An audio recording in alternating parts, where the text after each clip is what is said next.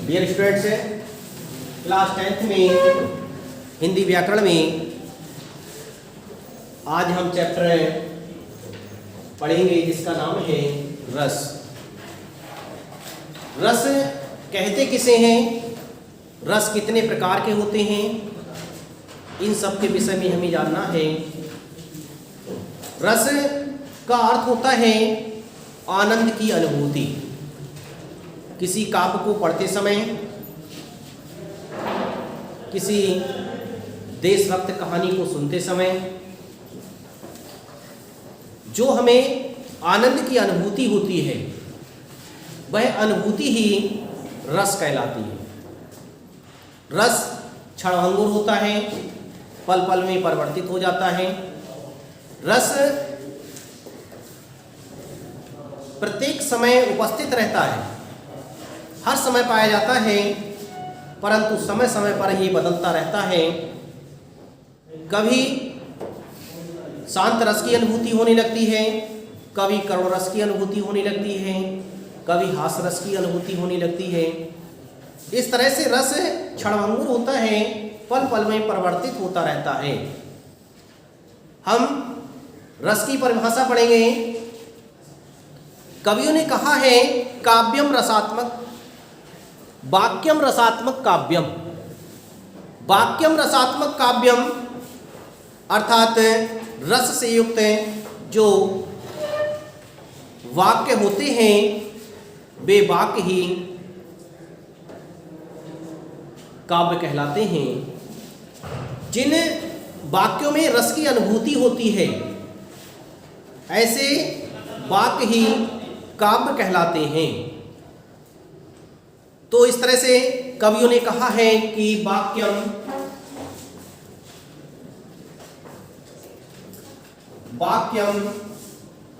रसात्मक, वाक्यम रसात्मकम काव्यम।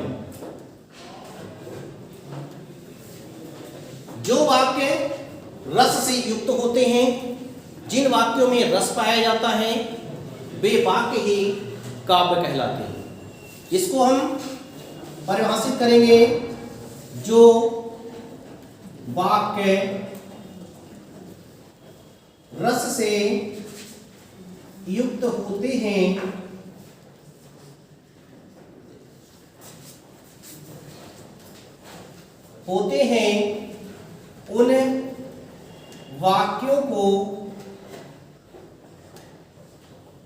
उन वाक्यों को काव्य कहते हैं।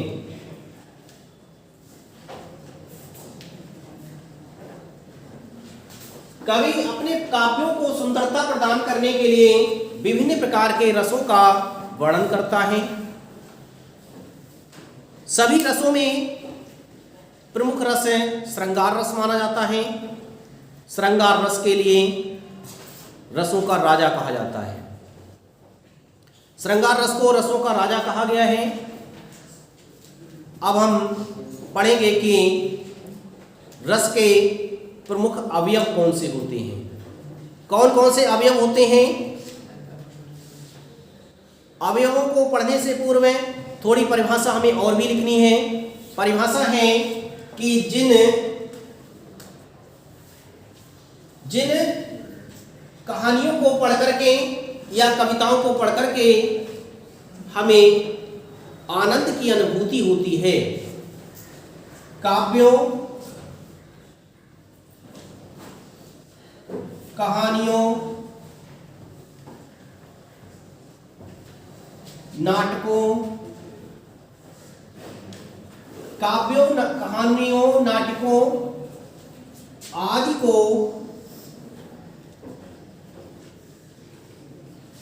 को पढ़कर या सुनकर जो आनंद की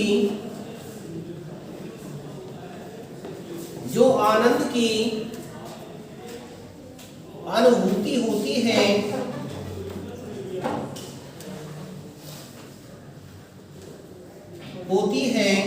उसे ही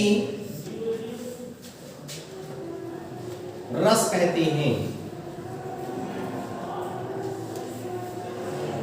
कहने का तात्पर्य यह है कि यदि हम कहानियों को पढ़ करके, काव्यों को पढ़ करके, नाटकों को पढ़ करके जो हमारे अंदर एक आनंद की अनुभूति होती है, तो वह आनंद ही रस कहलाता है। अब हम पढ़ेंगे कि रस के कौन कौन से अवयव होते हैं।